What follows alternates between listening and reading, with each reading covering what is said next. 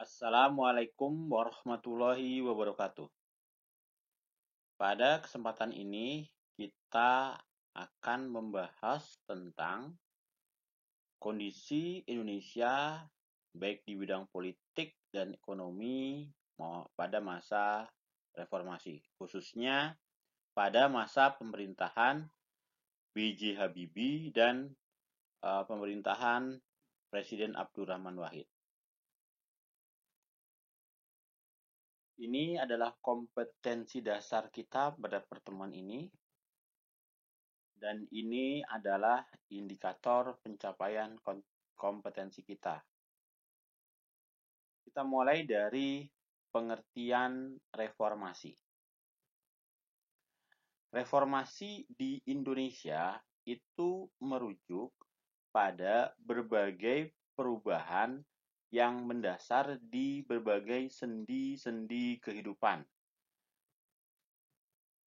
Nah, perubahan itu terjadi akibat adanya krisis multidimensi yang menyebabkan kondisi negara Indonesia mengalami kemerosotan di berbagai bidang kehidupan.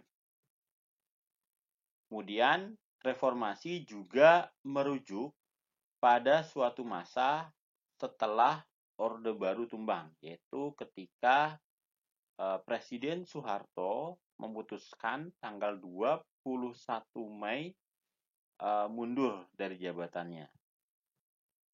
Nah, dengan mundurnya Presiden Soeharto dan digantikan oleh wakilnya, yaitu B.J. Habibie, menandai dimulainya era reformasi. Pengangkatan B.J. Habibie sebagai presiden itu kemudian menimbulkan polemik karena sistem hukum yang kita miliki itu memang kurang lengkap.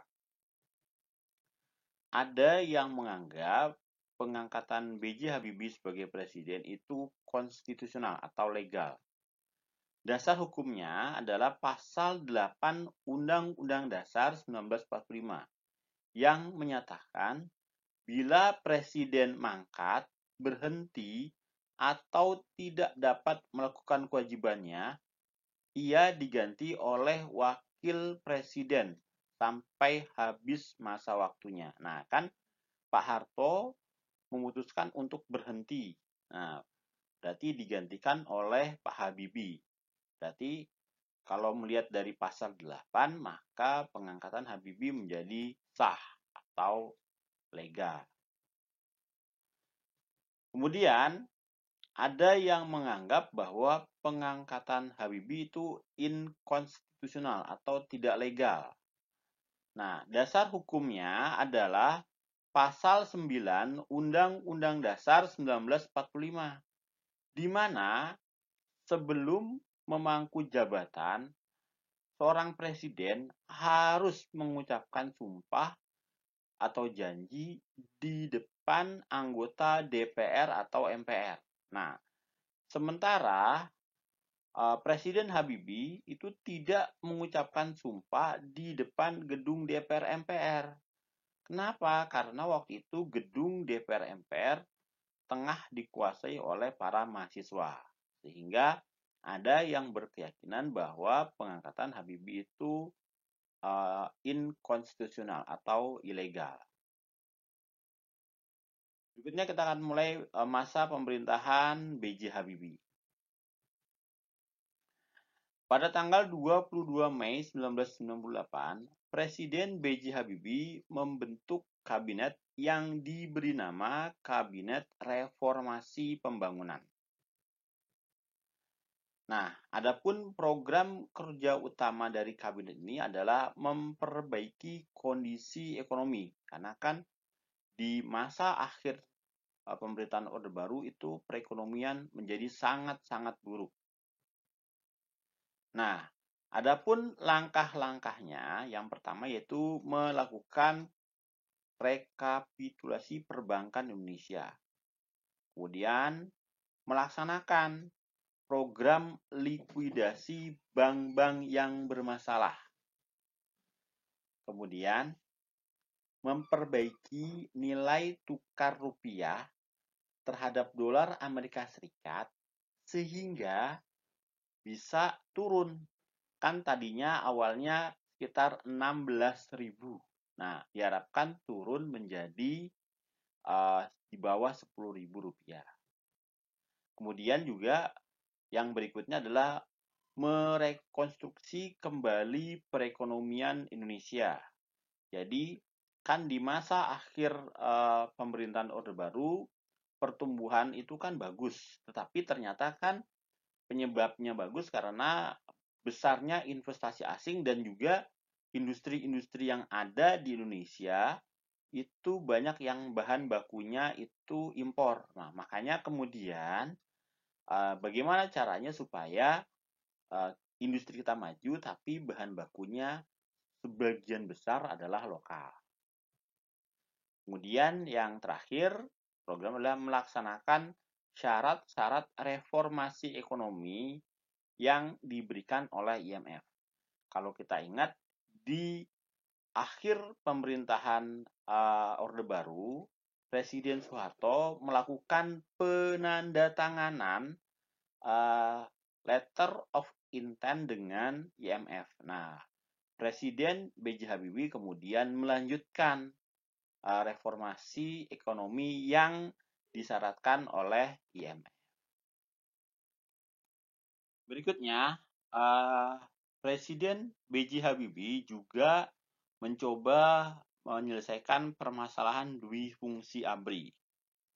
Dui fungsi ABRI ini sebenarnya merupakan konsep dari Abdul Haris Nasution, ya, yang dikemukakan tanggal 11 November 1958 dalam bukunya yang berjudul Jalan Tengah, di mana tentara itu selain memegang fungsi dari pertahanan keamanan juga punya peran dalam bidang sosial dan politik.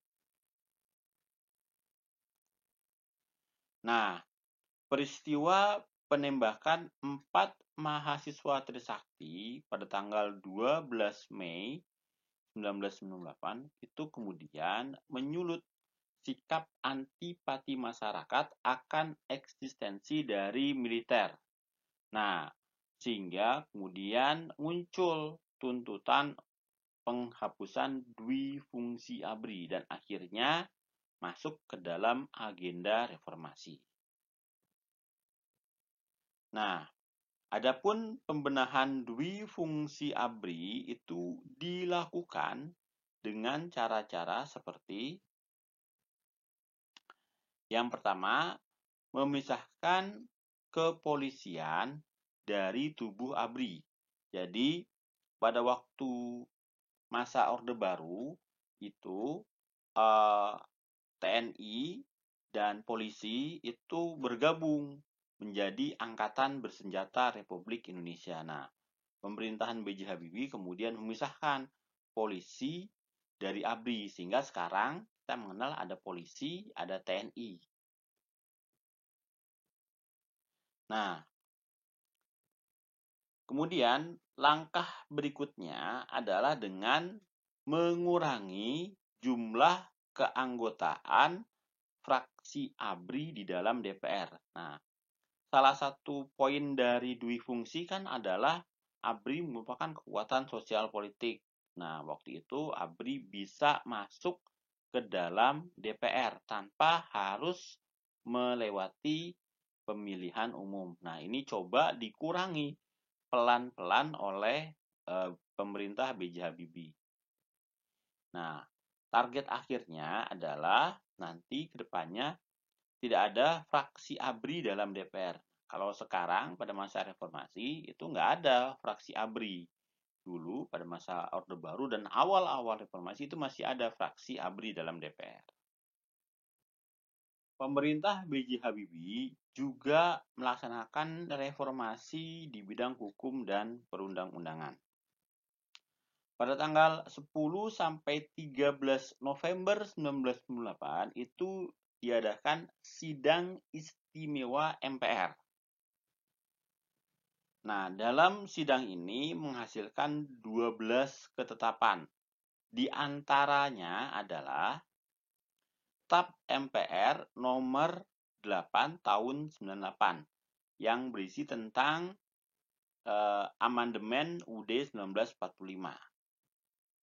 Berikutnya adalah TAP MPR nomor 13 tahun 98 yang isinya membatasi masa jabatan presiden dan wakil presiden maksimal 2 periode. Berikutnya adalah TAP MPR nomor 18 tahun 98 yang isinya Pancasila tidak lagi dijadikan sebagai asas tunggal dalam berbangsa dan bernegara. Kemudian berikutnya adalah TAP MPR nomor 14 tahun 98 yang berisi tentang perubahan-perubahan dan tambahan atas ketetapan MPR nomor 3 tahun 1988 yang membahas tentang pemilu. Pemerintah Habibie juga berupaya memfokuskan pada normalisasi kondisi sosial politik melalui berbagai kebijakan-kebijakan seperti membuat tim gabungan pencari fakta atau TGPF mengenai kerusuhan tanggal 13 sampai 14 Mei 1998 yang tim itu dipimpin oleh Marzuki Darusman. Kemudian pemerintahan Habibie juga mengeluarkan Undang-Undang Nomor 9 Tahun 98 yang berisi kemerdekaan menyampaikan pendapat di muka umum dan bagaimana tata cara berdemonstrasi.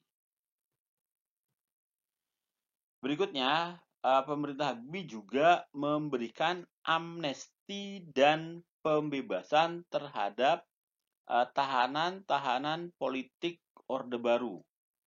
Di sini contohnya ada banyak sebenarnya. Di sini contohnya ada Sri Bintang Pamungkas. Kemudian ada Muchtar Pakpahan dan Sanana Gusmao. Nah, mereka adalah orang-orang yang dibebaskan.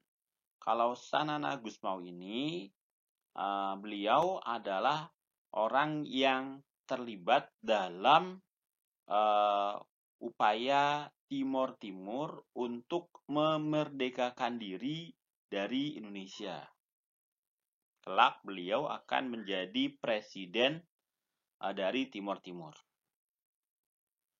Kemudian berikutnya adalah pemerintah Habibie juga memberikan kebebasan kepada pers untuk menyatakan pendapat.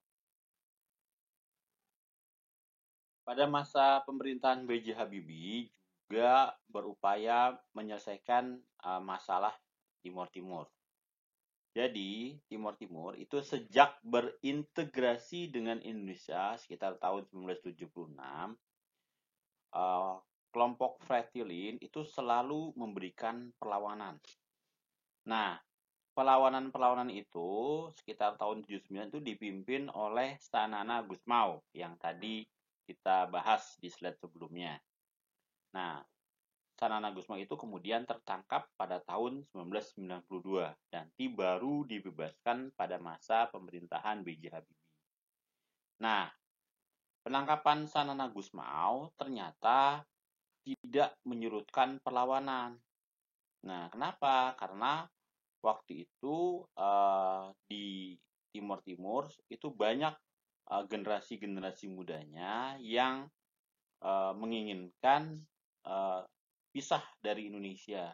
Waktu itu berbagai pembangunan-pembangunan yang ada itu ternyata tidak bisa mengambil hati rakyat Timor Timur. Nah, sehingga kemudian banyak sekali terjadi demonstrasi ataupun berbagai aksi-aksi yang menyebabkan Indonesia menjadi sorotan dunia internasional. Nah, akibatnya ketika terjadi tindak kekerasan terhadap rakyat Timur Timur, Indonesia selalu dibahas di berbagai forum internasional. Nah, kemudian Presiden Habibie mencoba menawarkan pilihan, yaitu pemberian otonomi khusus kepada rakyat Timur Timur, tapi dalam bingkai Negara Kesatuan Republik Indonesia, atau memisahkan diri. Nah,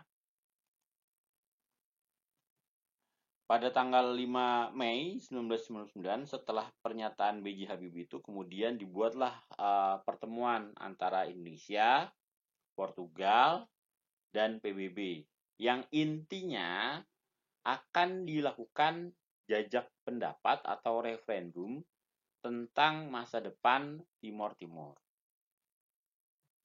Nah, kemudian PBB akhirnya membentuk UNAMED atau United Nations Mission in East Timor. Nah, akhirnya pada tanggal 30 Agustus 1999 dilakukan jajak pendapat dengan pilihan otonomi atau merdeka. Nah, ternyata hasilnya 78,5% rakyat Timor Timur memilih untuk menolak otonomi khusus atau memilih untuk merdeka. Sementara hanya 21,5% dari rakyat Timor Timur yang mau menerima otonomi khusus. Nah, sehingga akhirnya dengan berat hati MPR itu mengeluarkan TAP MPR nomor 5 tahun 99 yang berisi pengakuan terhadap hasil jajak pendapat tanggal 30 Agustus 1999. Nah, Presiden Habibie sendiri dalam pidato pertanggungjawabannya di depan sidang umum MPR itu menyatakan betapapun sulit atau pahitnya dari hasil jajak pendapat ini, kita harus bisa menerima dari jajak pendapat itu. Kenapa? Karena kan menurut Pak Habibie, kita adalah bangsa yang menjunjung tinggi nilai-nilai dalam pembukaan UUD 1945. Nah, sehingga dalam undang-undang tersebut kan nggak boleh adanya penjajahan. Nah, kalau rakyat Timor Timur itu menganggap Indonesia sebagai penjajah, karena memang Timor Timur kan beda, dia bukan jajahan Belanda. Nah, maka kita kasih pilihan lah, kira-kira seperti itu.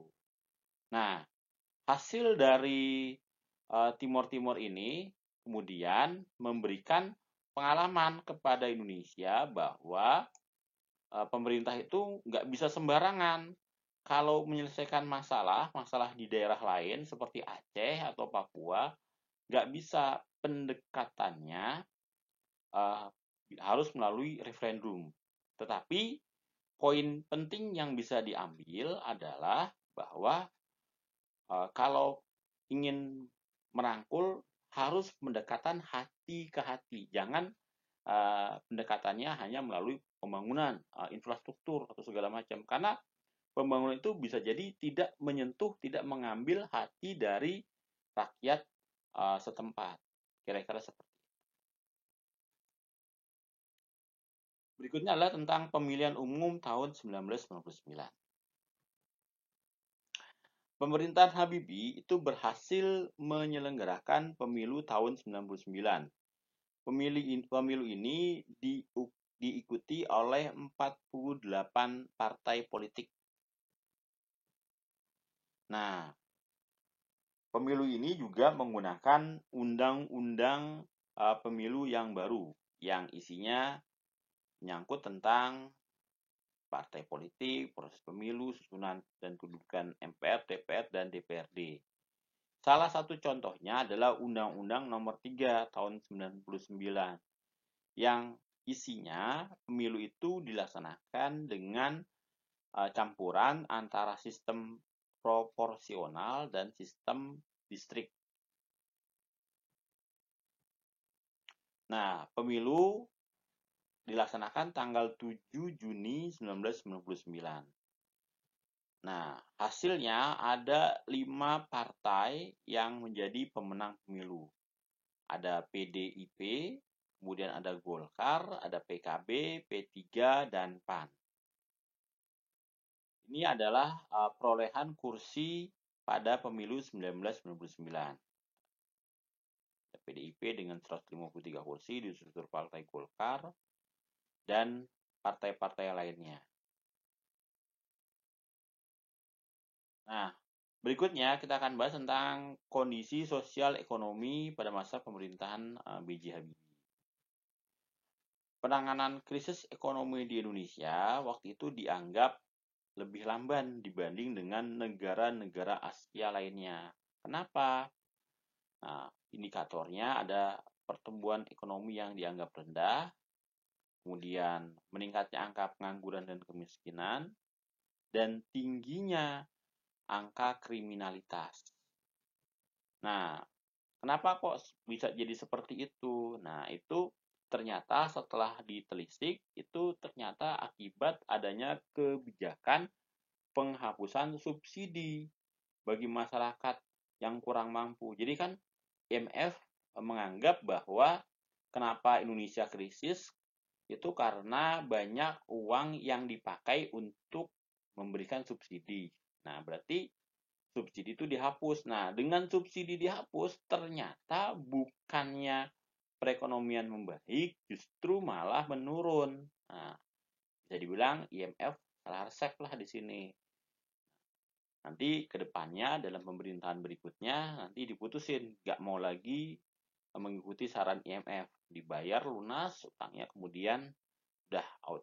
Nah, sebenarnya Presiden Habibie juga memberikan beberapa upaya-upaya untuk meningkatkan lapangan pekerjaan, kemudian menyediakan barang-barang kebutuhan pokok dan lain sebagainya. Jadi sebenarnya pemerintah Habibie juga sudah berupaya, tetapi memang ternyata di sini kita bisa belajar bahwa jangan terlalu percaya dengan keinginan dari orang-orang asing karena bisa jadi mereka ada kepentingan di balik itu. Pemerintah B.J. Habibie sukses menyelenggarakan pemilu 99. Nah, dari komposisi pemenangnya itu menempatkan Amin Rais dari Partai Amanat Nasional itu menjadi Ketua MPR dan Akbar Tanjung dari Partai Golkar menjadi Ketua DPR. Nah, kemudian pada tahun yang sama diadakan sidang umum MPR 1999. Nah, dalam sidang ini Presiden Habibie menyampaikan pidato pertanggungjawabannya. Nah, namun pidato pertanggungjawaban Habibie ini ditolak. Kenapa? Karena dianggap gagal menyelesaikan permasalahan perekonomian dan yang lain adalah masalah lepasnya Timor Timur.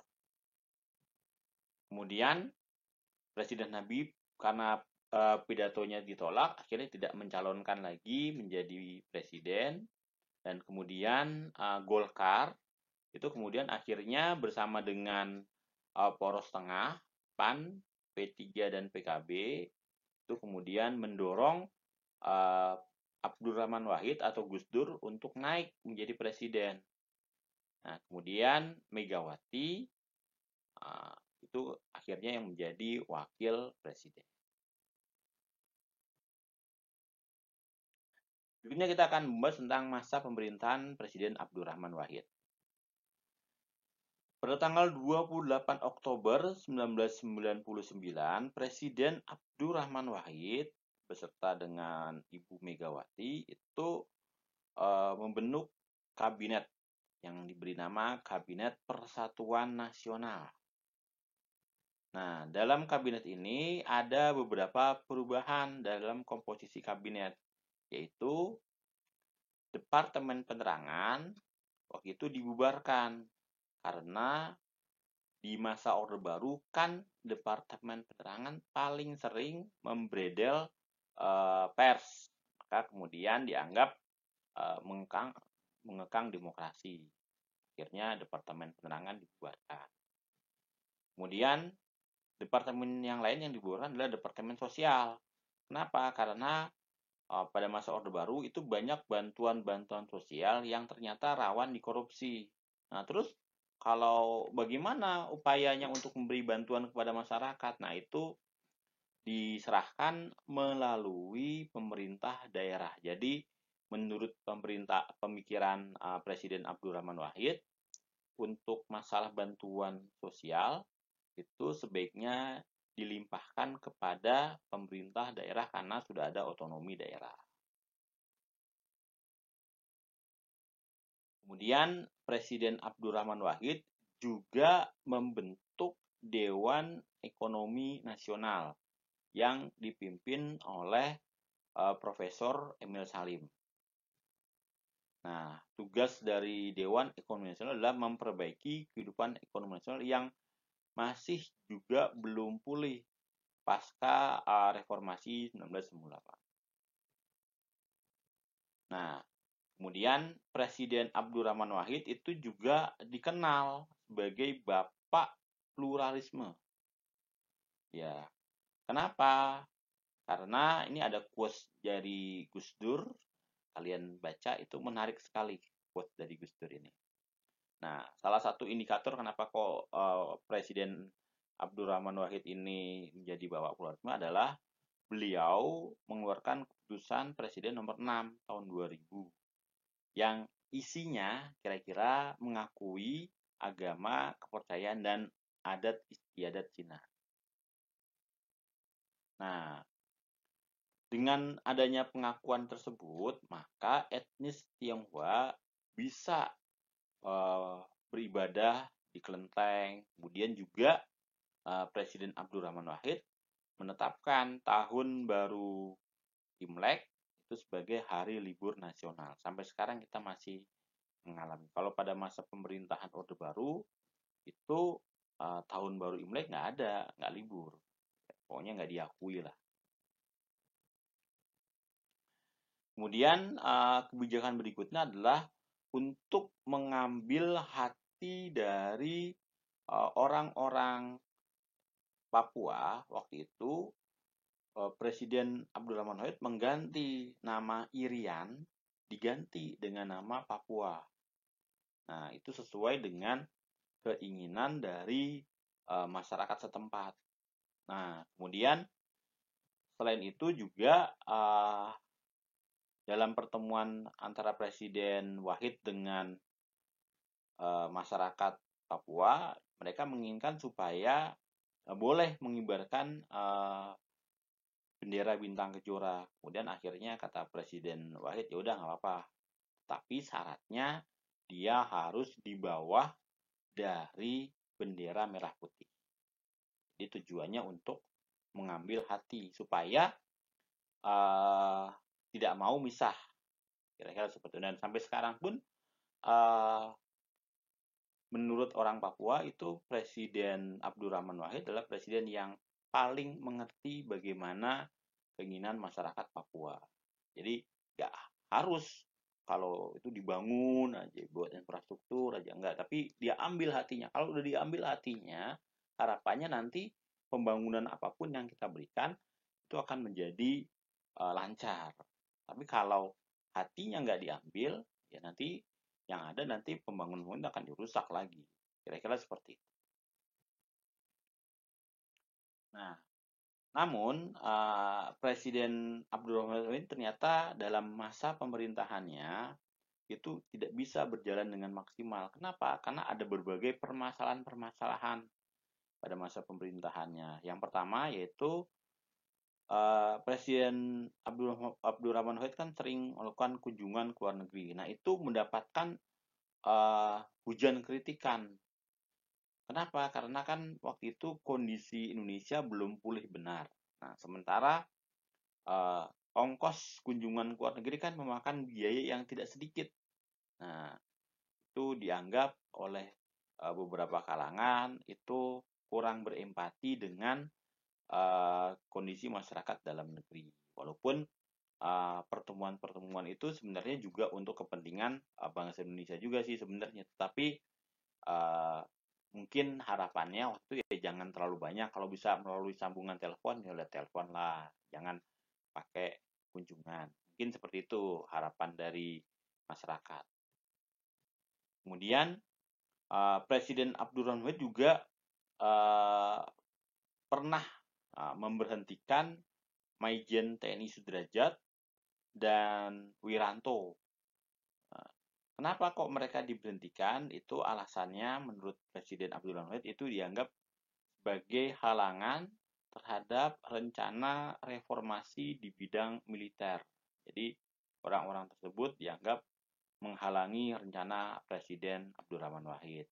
Hingga akhirnya diberhentikan. Nah, sudah barang tentu itu menimbulkan gejolak di tubuh TNI juga. Kemudian Presiden Abdurrahman juga pernah memberhentikan Yusuf Kala dan Laksamana Soekardi. Nah, mereka diberhentikan dengan alasan korupsi. Nah, Yusuf Kala itu dari partai Golkar, Laksamana Soekardi itu dari partai PDIP.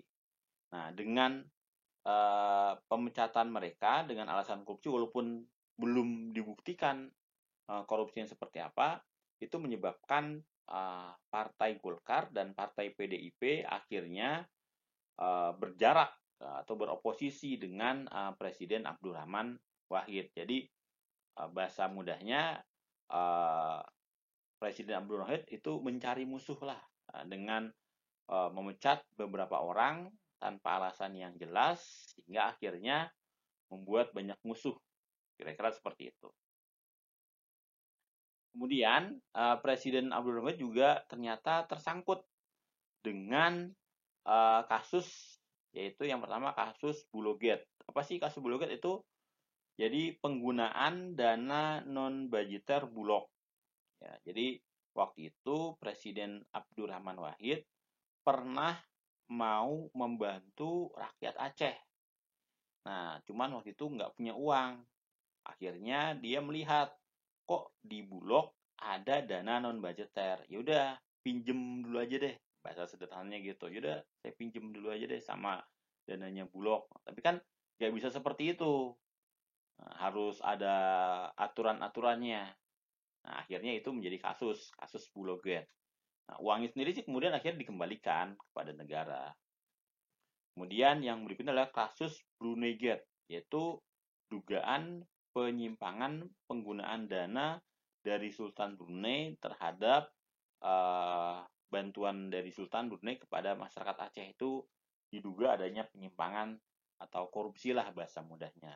Tapi dari kasus-kasus ini ternyata di kemudian hari itu Kejaksaan Agung menyatakan nggak ada keterlibatan dari Presiden Abdurrahman Wahid dalam kasus tersebut. Jadi clear sebenarnya. Jadi baik kasus Bulogate maupun kasus Brunogate ternyata Presiden Abdurrahman Wahid itu dinyatakan tidak bersalah. Tapi itu nanti pengadilannya nanti setelah beliau lengser. Nah, kemudian permasalahan yang lainnya adalah Presiden itu sering mengangkat Kapolri tanpa persetujuan DPR. Nah, ini ada sedikit kronologinya. Jadi pada tanggal 23 September itu Presiden Wahid itu pernah memberhentikan Kapolri Rusdi Harjo. Kemudian dia mengangkat Kapolri Jenderal Bimantoro. Nah, itu diangkat tanpa persetujuan DPR. Nah, kemudian tanggal 1 Juni 2001 itu Presiden Abdul Wahid menonaktifkan Jenderal Polisi Bimantoro sebagai Kapolri. Nah, sama, nggak pakai ngomong-ngomong sama DPR. Kira-kira seperti itu. Nah, kemudian si Pak Bimantoro tadi kemudian diangkat menjadi Dubes Indonesia untuk Malaysia. Nah, itu juga pengangkatan Pak Bimantoro sebagai Dubes itu juga tanpa melalui konsultasi dengan DPR. Sehingga akhirnya hal itu menyebabkan DPR menganggap bahwa Presiden Wahid sudah melanggar ketetapan MPR nomor 7 tahun 2000 yang isinya ketika mau ngangkat polisi itu harus dengan persetujuan DPR dan Undang-Undang Dasar 45 pasal 13 ayat 2 yang isinya jika mau mengangkat duta besar itu presiden harus meminta pertimbangan dari DPR. Nah, ketika pas ngangkat Bimantoro jadi DPR dari dubes di Malaysia kan tidak melalui pertimbangan DPR, jadi dianggap melanggar. Nah, kemudian akhirnya diadakanlah sidang istimewa MPR. Jadi mau ada dengan alasan melanggar itu dianggap oh ini melanggar haluan negara nih, udah kita adakan sidang istimewa aja. Nah, sedangkan menurut Presiden Wahid menyatakan masa gara-gara hal yang sepele seperti itu aja kok harus undang sidang istimewa. Ini sidang istimewa ini ilegal. Jadi menurut Presiden Wahid kalau bikin sidang istimewa hanya gara-gara permasalahan pengangkatan Kapolri atau penghentian Kapolri kemudian jadi dubes itu tuh sepele banget gitu loh. Jadi wah ini ilegal nih. Kira-kira seperti itu. Nah, kemudian Presiden Abdul Wahid kemudian memutuskan mengeluarkan dekret Presiden tanggal 23 Juli tahun 2001. Ya, dikeluarkan sekitar pukul 1:10 pagi. Nah, isinya adalah pembekuan MPR dan DPR, kemudian pengembalian kedaulatan ke tangan rakyat dan mengadakan pemilu dalam waktu 1 tahun, dan yang ketiga adalah pembekuan Partai Golkar. Nah, dalam perjalanan yang ternyata dekret tersebut tidak mendapat dukungan dari MPR, DPR, TNI, dan Polri. Nah, ini berbeda sama dekret Presiden 5 Juli 1959 yang mendapat dukungan penuh dari anggota DPR maupun tentara waktu itu. Nah, karena ini nggak dapat dukungan, kemudian fatwa MA, Mahkamah Agung juga menyatakan bahwa dekret itu nggak sah. Akhirnya dekret ini tidak bisa berlaku. Tanggal 23 Juli, MPR tetap mengadakan sidang istimewa. Nah, dalam sidang itu, Presiden Abdurrahman Wahid dianggap melanggar TAP MPR nomor 7 dan pasal 13, seperti yang sudah saya terangkan tadi. Nah, kemudian MPR memutuskan untuk memberhentikan Presiden Abdurrahman Wahid dan memilih wakilnya Megawati Soekarno Putri sebagai presiden dan Hamzahas sebagai wakil presiden. Dengan demikian berakhirlah masa pemerintahan Presiden Abdurrahman Wahid. Oke, setelah kalian menyimak paparan di atas, kita sampai di kesimpulan. Kesimpulan yang pertama, kata reformasi itu sebenarnya apa sih? Reformasi itu merujuk pada pemerintahan setelah Orde Baru yang tujuannya adalah memperbaiki kesalahan-kesalahan yang dilakukan oleh pemerintah Orde Baru seperti mengekang kebebasan pers, kemudian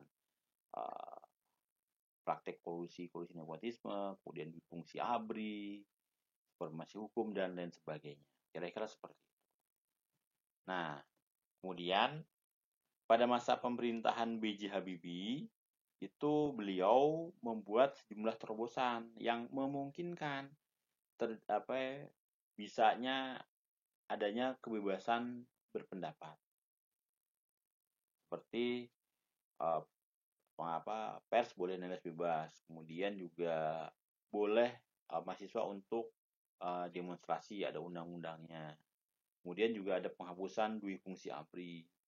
Kemudian pembebasan tawanan politik di masa Orde Baru dan lain sebagainya. Itu terobosan-terobosan yang dilakukan oleh Presiden B.J. Habibie.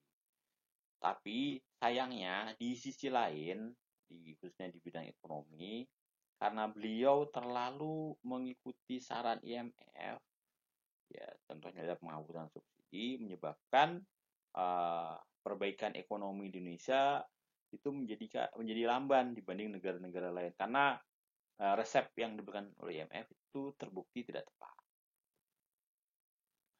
Kemudian yang berikutnya adalah ketika Presiden B.J. Habibie memutuskan untuk memberikan referendum, nah ternyata keputusan itu belakangan ibaratnya salah lah. Kenapa? Karena dampaknya adalah provinsi Timur Timur itu menjadi lepas dari Indonesia. Nah, dampaknya pidato pertanggungjawabannya pun ditolak oleh MPR dan beliau tidak bisa mencalonkan diri menjadi presiden berikutnya. Dalam sidang umum MPR tahun 1999 kan Pak Habibie akhirnya nggak jadi maju gara-gara pidato pertanggungjawabannya ditolak. Kemudian pas masa pemerintahan Presiden Abdurrahman Wahid, beliau membuat beberapa terobosan-terobosan seperti merubah nama Irian menjadi Papua, kemudian mengakui hak-hak warga etnis Tionghoa sehingga beliau dianggap menjadi bapak pluralisme. Nah, cuman permasalahannya adalah Presiden Abdul Hamid itu dalam tanda kutip agak nyeleneh mungkin ya sikapnya. Mungkin kalian boleh googling bagaimana sih selama kepemimpinan beliau itu. Nah, akibatnya banyak bawahan-bawahan beliau yang akhirnya nggak suka dan akhirnya menjadi oposisi. Kemudian dicari-carilah kesalahannya. Nah, dan akhirnya Presiden Abdul Hamid pun jatuh. Kira-kira seperti itu. Baik, sekian dulu yang bisa saya sampaikan. Kurang lebihnya mohon maaf. Assalamualaikum warahmatullahi wabarakatuh.